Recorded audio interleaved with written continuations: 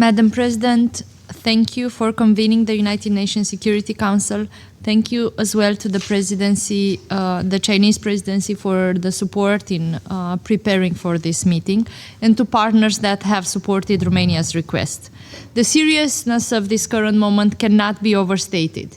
It is for the first time in the 70 years history of our UN membership that Romania requests an urgent meeting of the Security Council on a matter that involves us directly. Now, our history was not without challenges, especially as I have heard here in the room mentions of who understands the Russian Federation. I would say that the eastern part of Europe, we do have our share of understanding it. And although our history has not been without challenges, we have not called on the UN Security Council until today. But we do so today because what we have achieved in the many years that have passed is to build a safe country, to build a growing economy. We have increased in the 3 decades that have passed 10 times our economy. We have managed to also be a security partner for the region. And we want to see this into the future. But we do understand now more than we have done before that in order for this to happen, in order for this to be without risk, we do need to do everything that is within our responsibility, individually and collectively, to help stop the war at our border and to find a diplomatic pathway in that direction. We have a joint responsibility not just to draw a line, but to make sure we do not move that line as people would want sometime. It is imperative for the Council to address such unnecessary escalation by the Russian Federation in its war of aggression against Ukraine.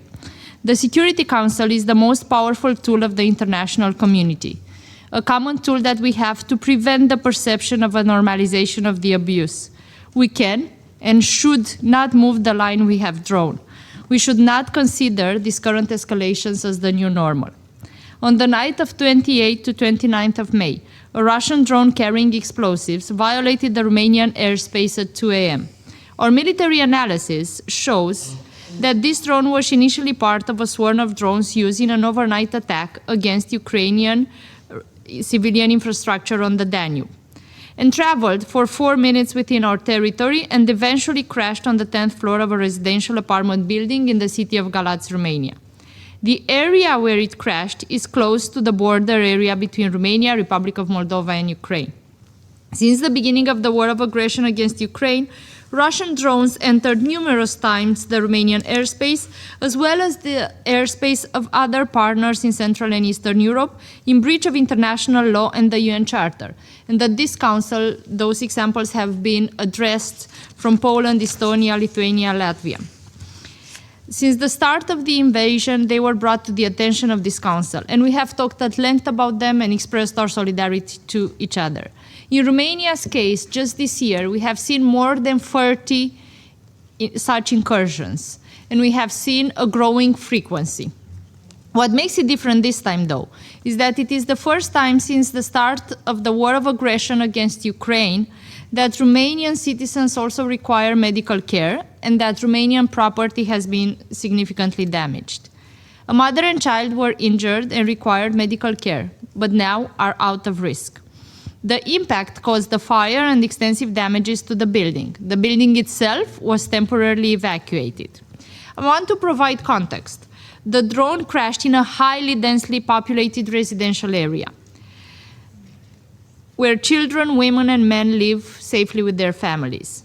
The effects could have been more astounding. Romania firmly condemns this reckless behavior and repeated illegal intrusion by Russian vehicles into our sovereign territory.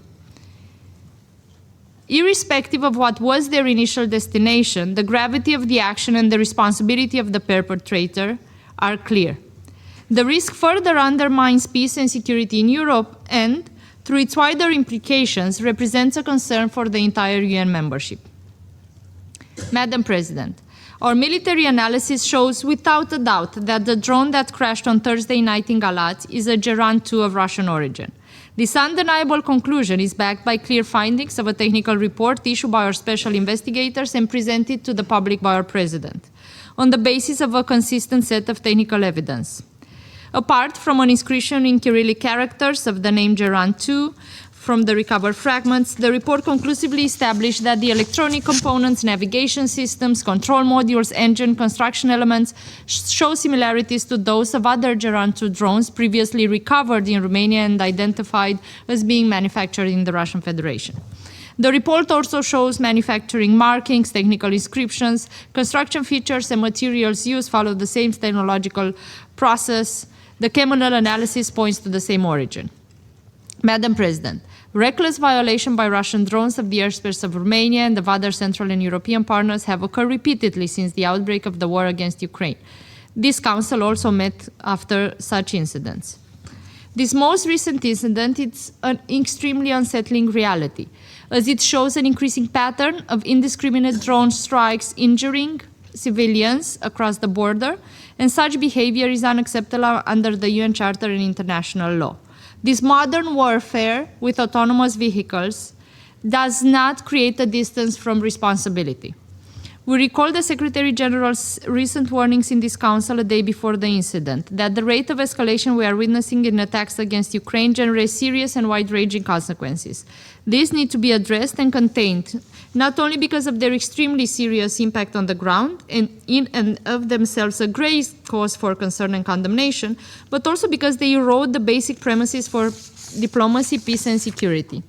Anytime, anywhere, in any situation, attacks against civilians and civilian infrastructure call for condemnation in the strongest terms.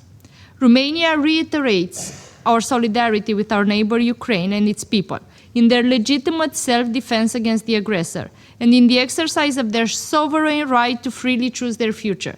Since the start of the aggression, we have been witnessing harrowing accounts of the immense toll of the war on civilians in Ukraine. The courage of Ukrainians, their sacrifice, their power of innovation and resilience should be respected and supported. But because they do have an increased power to defend themselves, we should not consider this the new normal. We should continue to increase diplomatic pressure on the aggressor to stop. For a long time, Romania is a reliable country and a security provider in its region and beyond. Our efforts benefited our partners around the world, be it the Black Sea Grain Initiative, which facilitated access of Ukrainian grains to consumers around the world, the EU Solidarity Lanes, our contribution to demining in the Black Sea alongside our partners, are just a few areas where we do hope we have contributed significantly and will continue to do so. We have the longest border with the war, and we do have the responsibility to protect it, of course, for our citizens, but also because it is the border of the European Union to the war, it is the border of the Allied and NATO members, and as well, it is not just a shared responsibility, but of course, something that exposes Romania to the consequences of the war, and that makes us even more resilient in continuing the effort towards the path for peace. Since the outbreak of the war in 2022, these consequences have been felt in the broader region of the Black Sea, including the neighbor of Republic of Moldova. Of course, we are not parties of the war, and we have been clear about this since day one. But we want to be part of the effort to stop the war and have a settled peace. We do need to search for that path together. We reiterate our support for a full, immediate and unconditional ceasefire and the pursuit of a comprehensive, just and lasting peace in Ukraine, in line with the UN Charter and international law, and in full observance of the principles of sovereignty, independence, territorial integrity within internationally recognized borders. We have said it before in this Council, and we will repeat it once again today. Robust and workable security guarantees for Ukraine are essential for a credible peace in face of an aggressor with a historical record of relapsing into breaches of international law.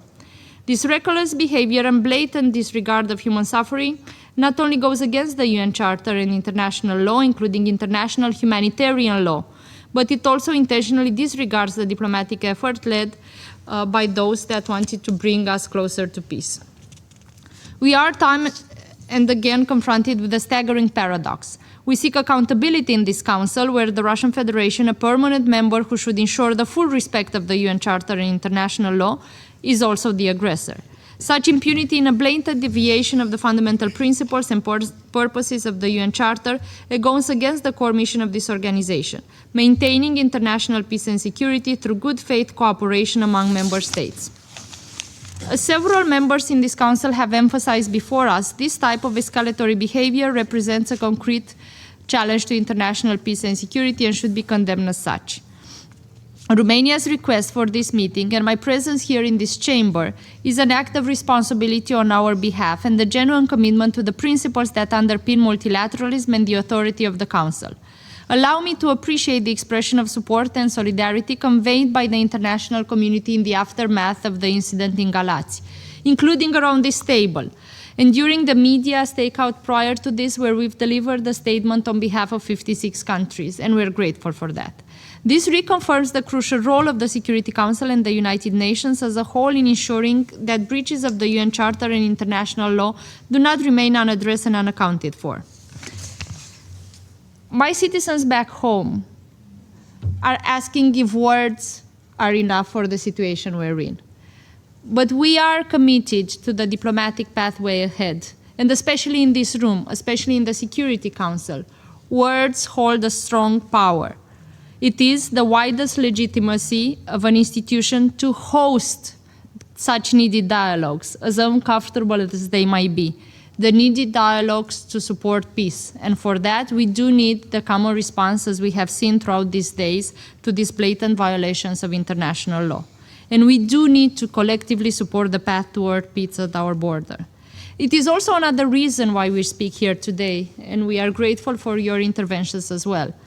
Truth is not always self-evident. Truth itself also needs to be protected as we protect our land, our waters, our air. We do need to protect facts because they are misinterpreted, and sometimes for those that have no arguments to be able to explain their behavior, they try to run away from responsibility by trying to change the truth with their narratives. So our presence here today, our intervention here today, is also in protection of the truth and in making sure that those that are victims of the aggression are not painted as the aggressors. Romania will continue to be a reliable partner, and we're grateful for the international support we see in this community. Thank you.